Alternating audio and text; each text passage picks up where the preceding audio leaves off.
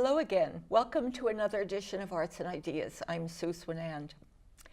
One of my goals in doing this program is to highlight the artists in our community who are doing lots of different kinds of work, but I also want to discuss their different ideas. And today we have a group called the West Boylston Painters Group, and they really focus on painting the figure and using a model. They currently have a show called Figures and Portraits from Life over at the Emmanuel Dalzone Gallery over at Assumption College.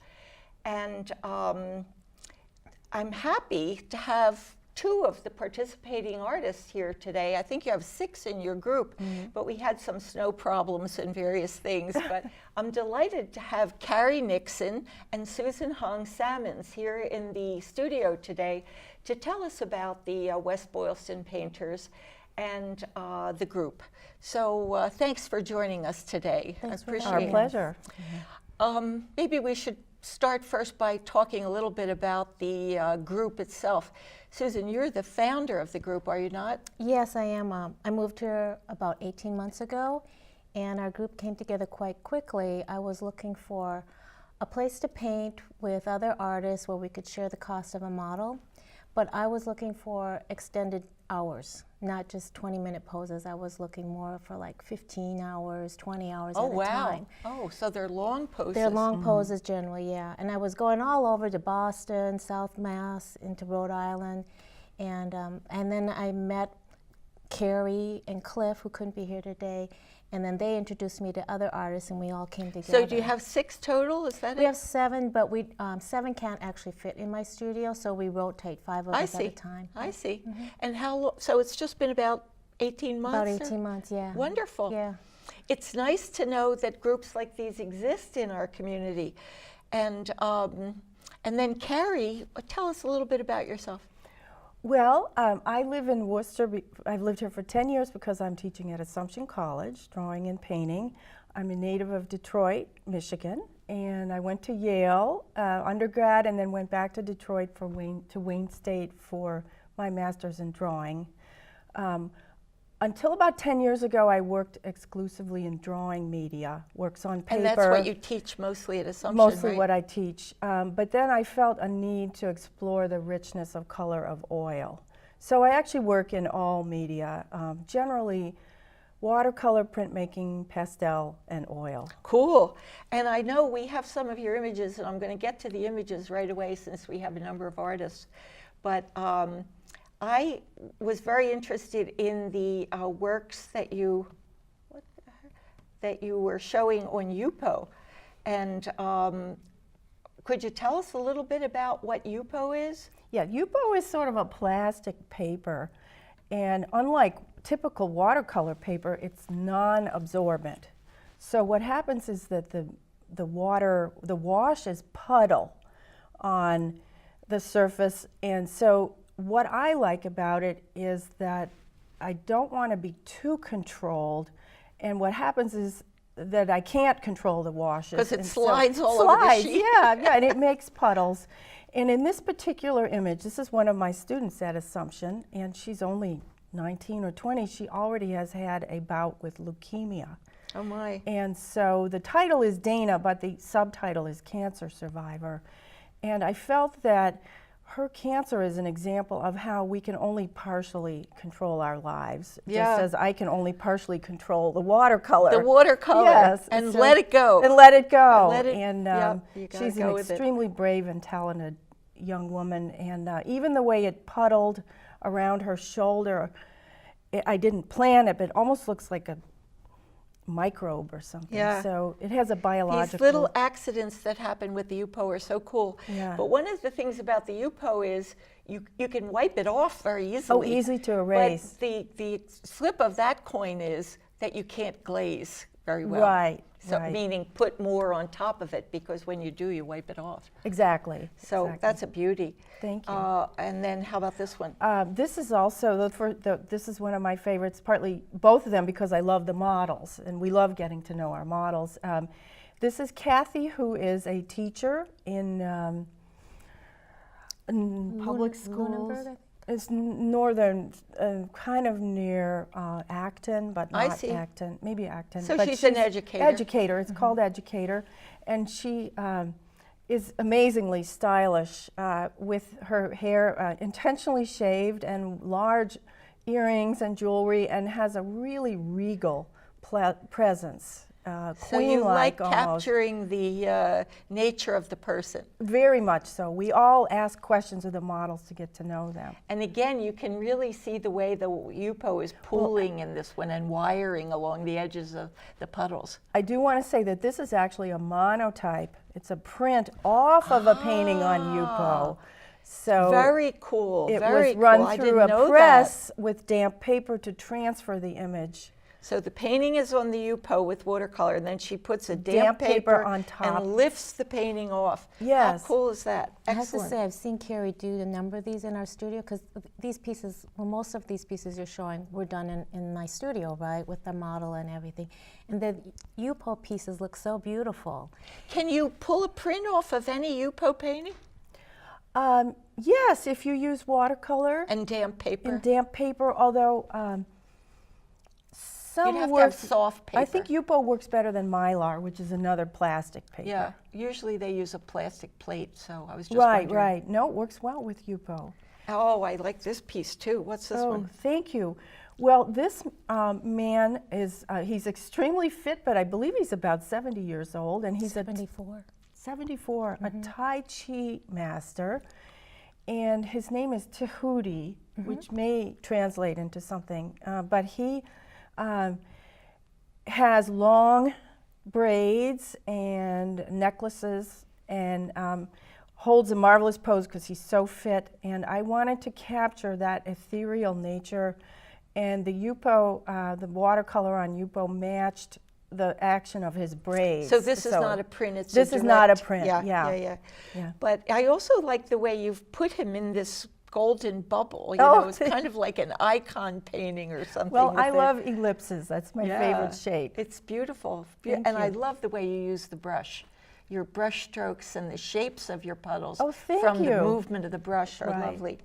Now, this is not watercolor, but it also reflects my interest in works on paper. But this or- would be a quicker pose. This than- was a than you were one-day saying- yeah. Oh, drawing, but uh-huh. it's very large. It's about 3 feet by 2 feet, And and that's it's pastel a and red charcoal? paper made in Thailand, Ah, and it's pastel. okay. Now, our next artist is Cliff. Now, does he Connell. say Connell? Cliff Connell. And he can't be here today, so we're going to just try to show you his beautiful drawings. I especially love this one that I saw. This was in the show at Assumption. This is that same model, Tahuti. Oh, is it? Yes, Oh, yes. wow. Well, it just has such, I thought, a very spiritual quality about it. And I thought I would just tell you, you want to tell me anything about Cliff? Because I don't know him well. Well, I think you picked up on Cliff's personality by your intro on him. We call him, we have little nicknames for each other, and we call Cliff Socrates, because he's this deep thinker. And I think Tahuti and Cliff actually had a stronger connection than most of us, because their interest in yoga and a lot of the more new agey spiritualism. mystical. Yeah. The drawing has such a beautiful, subtle nuances of feeling and tone. It's almost like he's caressing every hair of the head. You know, exactly, it's a yeah. very tender drawing. But when I looked at Cliff's drawings, it really brought he sent me a little statement. And it brought to mind the whole thing of discussing different ideas and different concepts and directions in art. And in dealing with a program like this, where you're focused on realism, we're dancing around that issue of why realism, why the figure. And I thought he addressed it nicely, so I'm just going to read some of his words here. He said something, he said that abstract art for him was a dead end. And you know, that's going out and saying and what you think. And a lot of people have felt that, you know, modernism has failed. But he said he returned to realism when he realized that to master realism, you have to view the painting as an abstraction of experience. But then I was thinking to myself, I agree with that. All art is an abstraction of experience.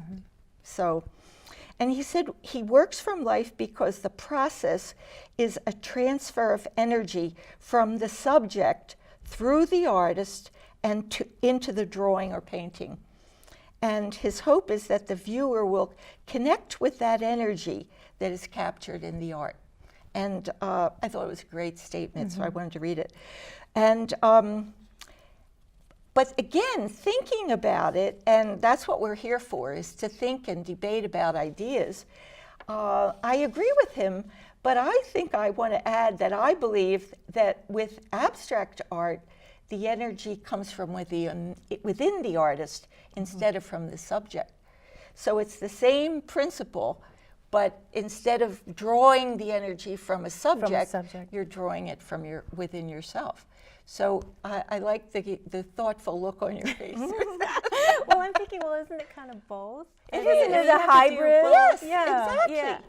Yeah. I'm a representational artist, but I feel like my approach is very abstract. Yeah. Because I'm thinking big shapes and things like that, and I think that's very abstract. Yes. Well, that's what he's saying. He finds that in the abstract, that's the way he gets to it. Right. Right. Yeah. Good point. And it's a blending of both. And I mean, I feel that I have to deal with the same issues as an abstract painter that you do, but maybe my initial source is The spark. different. Yeah. And it's also things remembered when you're painting abstractly, and things experienced but that are in your head. So you're filtering differently. Yeah. So these are just a few of Gorgeous. his drawings, and I think Just they're so gorgeous. lovely. He's got a wonderful sense of form and structure. Yeah. And this is a painting. Now, would this have been a long, long pose, or is this Actually, the one of Carrie's on the red paper is this just from a different angle. same Yeah. model, a different pose? I got it. Okay, and that's his last piece. Again, it just has such a loving, caring touch to the line. Beautiful. And now we're coming to you, Susan, and can you tell us a little bit about your goals and yourself? Well, I have a formal background like Carrie does. I have an MFA, but when I went to school, in Pratt. I was very much into doing more conceptual kind of work. And it wasn't until my thesis show that I thought, wait a second, I came to school because I really love Rembrandt, you know? And this is a 180 from Rembrandt. So I started again, and I didn't paint for about 9 years. I just drew and worked with pastels for about 9 years. Drew from life? Yes, from life, yeah. Because trying to figure out what is my definition What is of your art. goal? What do you, that's the issue. Yeah. What is art? Right. What is mine? And that's why I liked yours. Cliff's statement, that it was a transferring of an experience. you know? Yeah. So I think we all have, we have to know what it is for us. So this is a beautiful piece. So this is the same model as the one that Carrie did on the red, and she's Adriana. Adriana, she's a fantastic young lady. This is Okay. oil. Okay, So I was oil. trying to merge, the abstract with the realism. I love abstract work. It looks like you developed the paintings on your own, aside from the model. Is that No. true? No. No. You spend the whole time with the model. Yeah, I try. I mean, Carrie's great afterwards. She can go and keep working on her piece and just working out of her mind, and same with Irina. But me, whenever I do that, I just mess up the pieces so badly. But these are all from the models. I love this composition and this the way you've used just his face and cropped the Oh, good, it's a yeah. beautiful piece. Lovely. On this one? Well, this one I call The Graduate, and it's interesting. We were actually painting his girlfriend, and he came in to pick her up. And I'm like, oh, you got to pose for us. And we learned about his story, which... So you take your models from anywhere. Oh, she finds them all over the place. She's I'm a great about stalker. that. Yeah. I like that they're not all, Oh, you know. no, they're real people. They're real people. They're not real people. Yeah, Go because ahead. I didn't know of a model forum when I first came here. I didn't know that there was like You this didn't know model anyone. coalition or Agency. anything, Yeah. so I just found them wherever. And I've been doing that ever since I was in school. So he's had a real struggle. He was in a bad accident. He was told he'd never walk again, and he's just a fighter. And when he woke up from this accident, the doctors were explained to him, at best, you'll be walking with crutches. And he's an athlete. And he's like, nope, nope. And all through rehabilitation, they kept telling him, don't set your hopes too high. He's like, nope, nope. He ended up going to college with an athletic scholarship as well as an academic scholarship. Awesome. And he ran in a marathon less than a year after that I accident. love the way you've taken his positiveness and his hope and his kind of, you just feel it when you look at his portrait. That's It's what I beautiful. hope, Beautiful. Susan's brushwork is amazing. Yeah. And we can see that in And this it looks one, like too. you use a lot of palette knife too, do you? No? Sometimes, Yeah? sometimes, yeah. Oh, this one is amazing too. Now this is the same model as the last drawing of as Cliff. The if you bride. remember that one. Yes. Yeah. And she's a West Boylston resident. I love the hair and the way you Oh, got yeah, involved her with hair. that. Susan usually finds models with amazing hair. I love hair and beards. Here's another one. There's Tahuti That's again. Tahuti, That's our yeah. third Tahuti. Well, he does have such an intense expression. Yeah, and I can see why you would be The attracted to eyes, him. right? Yeah. Oh, yeah, so Yeah. intense. I call him the nomad because we probably won't be able to paint him again for a while. He's off to South America. or somewhere in something. South Central America, America, yeah. yeah. Well, the painting I'm just looking at from the side here looks like a mountain. You Yeah. know, it looks like Yeah. a mountain of Yeah. ice Yeah. and snow. Well, I was thinking of like what's the word, Sherpa? yes, Oh, yeah, yes, like yes, that. yes. in the Yeah. Himalayas. He yeah. looks like a Himalayan mountain, and I'll bet that defines him too. Yeah, yeah, he's a strength. strength. Now we're going to move to the next artist, who is Peter Beves, and he has a degree in history, I think, And technical writing. and technical writing. Yeah. And anything else you want to tell us about Peter? Peter is an example of, all of us have a lot of responsibilities, family and or job, but he has a long day job, as do several of us, and yet he comes 3 or 4 nights, 4 nights a week. 4 nights a Did you, week. when you said you meet 5 nights a week or 4 nights a week, I thought you made a typo. I thought it was a month, 4 nights a month, but No. 4 nights a We're week. painting Yeah. tonight. Whoa! Way to go! It's Way the to best go. part of our day, I you know. know? Well, We're that's like, wonderful. Yeah. So it's But your work and your relaxation both. Right, but yeah. people with demanding jobs come, and Yeah. Peter, his job is quite a distance. He's Yeah. almost in Boston. So Wow. and he studied at the school of the MFA, and Yeah. also later He said- studied at the de Cordova. And he said he's worked as a lobster fisherman and on a long line swordfish boat. Yeah. So these people have been out there. Yeah. But he looks like he uses mostly charcoal. He does some marvelous oils and gouaches too. Oh, yeah? Yeah. Uh-huh. And they're very almost cubist. I noticed that his style is somewhat almost like building blocks. Building blocks, yeah, yeah. very structured he like gets that. a lot of form developed and built. Sort them of up, like yeah. Cezanne. Yeah, Yeah, definitely building Cezanne. the cubistic Yeah. blocks. I think he likes the viewer to see the structure and also the process. Yes, very interesting. Here's what he says. He says he wants the work to reflect the viewer, to reflect to the viewer what inspired him in the subject. And he wants the viewer to share the evolution of the thought involved in making the picture. So in that way, the viewer shares his experience and also the creative process. Right. Isn't that cool? Yeah, sharing with So the viewer. it gives the viewer the pleasure of mentally going through the creative process, process, the whole even though journey. they're just Taking the them viewer. along, yeah. This is a beauty too, where I can see the way he uses the charcoal in very soft, there's almost no line in that. Right, It's all very all done with mass, the side. tonal. Yeah. I think, did you say he's using the side I think of he's the, using the sides Yeah. of the the stick. side Yeah. of the stick, Yeah. so you're not, And it's doesn't he mass. sand the paper a He little does. bit? He does this. Yeah. All of a sudden, we heard this noise, and this beautiful drawing. I mean, they're big. His drawings Yeah. are big, and he had a big hunk of sandpaper, and he was just going over the whole thing. And I'm like, Kind of diffusing the edges. Yeah. And yeah, and then Yeah, puts roughening it the back in surface. there. and- Interesting. Yeah. It's very strong in Yeah. its tonal His work is so contrasts powerful. and so forth, but also has great subtlety. Now we're moving on to another of the artists who is not here, Irina Parfenova. And want to tell us what you know about Irina? Well, I know she was formally educated in Russia, right? With and she has her Classical training, and I yeah. think her MFA is from someplace in Yeah, Florida. she State, has I think. Florida State University, I Yeah. think, when she came here. But what she I've been pursued her noticing master's. as she's been working, because she works very classically, and she's got a great sense of form and color. I mean, everything is just spot on.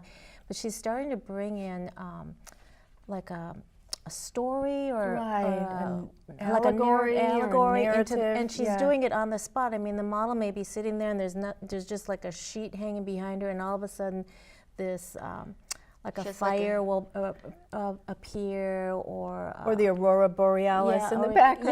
Yeah, you know, all Yeah. these things are starting to come in. So her imagination is really playing a part. Yeah. She's Right. using the model, but Exactly. it's prompting her to other visions. Yeah. Of, Right. Yeah. I think she also gets into the psychology of the model a lot too. I think this might be her daughter. I'm not sure. No, but this No, it's one of our models. one of your Yeah, one of our models. models. Okay. Maya. But she Maya, said it's yeah. a dancer. That's why She I is was. a Right, dancer. right. Yeah, But she's a she added the professional flowers. Uh-huh. You know, Yeah, that they was- weren't there. They weren't She, there. what she said about the painting is that it projects a moment when the dancer is anticipating a moment of leaping. Yeah. I just Yeah. thought that was lovely. Yeah. She really knows her craft, though, doesn't she? Yeah. But she always brings some psychological intensity to it. And I should say, we didn't get to finish Maya's painting, and Irina finished it out of her head, which I Yeah. just think is amazing. And Well, same with this one. she finished takes it it to a Yeah. new place. Yeah. Yeah. Now, this piece I know gorgeous. was Yeah, in the the- show in Chicago Yeah. called Red. Yeah. And again, you can bring whatever story you wish to Right, it, right. but it definitely makes you want to get engaged with thinking about Gets it you and wondering. asking Yeah. questions. Yeah. And Yeah. And that's one of those small pieces that just draws you in, and it doesn't feel small at all. It No, it feels like doesn't. it's, It- you it know, could be any 5 feet tall. Yeah. be any It's scale. very powerful. This again feels larger than life, but I love the way she's put the distance in, and you know, you begin to wonder what's going through the model's Yeah, mind, yeah. and where she is. She puts Right. the Yeah. figure in a location Right. or a setting Yeah. that Right, prompts right. questions, and beautiful. Now I think we're coming into our last artist here. Yes, we are. Tina Kong. And what do you know about Tina, Well, since Tina she's not is, here? I have known Tina from figure drawing elsewhere in Worcester and Leominster, but we were very fortunate to have her join our group several months ago. Oh, she's a new member. Relatively Yeah, new, yeah. and she works a lot in charcoal, but obviously has done oil. And I know she has worked as a graphic designer, which a lot of us have to work at day jobs, and Well, it's good when you can get something that at least is in the field, related. you know? Yeah. This is a lovely portrait, again, very in-depth analysis of the person. What her quote that she mailed to me says, she states that most important to her is that the figure is natural and unadorned. Nice. She wants to find the figure's grace and quiet demeanor. And she loves being around people and quietly observing their essence. That sums Their her up. posture. Yeah. She's through their posture, their gesture, the way they carry their head. She's a whatever. great observer. Yeah. So this is a charcoal, and then her last portrait, I think, is called The Warrior. And that is, I assume, oil. It looks like Yeah. oil, yeah. And we're almost out of time, so I want to wrap it up. But your show at Assumption goes till the 4th of April, That's so you correct. have Yes, to get there to yes. see it the first week of Yeah, April. yeah. But also, you are both in a show opening this Friday night at Arts Worcester. They have the After a fashion. After a Fashion show, opens this Friday night, 6 to 8, 6 to 8 p.m. and you're That's both in that show. 660 Main. Yeah, so if you're in the area, get over and see that. They're going to have a lot of little fun things going on Yeah, too. it's always a good opening. Yeah, and so I guess we have to sort of close there. But if you have anything else you want to add, now would be the moment. I also wanted to add that in our current era of everything being rushed, the 24/7 news cycle, everyone's got his or her head in a screen, that it's very important to slow down and carefully value another human being. That's what we do with these paintings that sometimes go over 12 or 15 hours. And we also are valuing the individual, and we try to interact personally with the model and learn about him or her. Yeah. So it's about careful looking and also the value of the human individual. The other thing is too that it's not just clicking a button Yeah. to make your image. You're there with your hands and eyes responding moment by moment. Right, it's a dialogue. Lovely.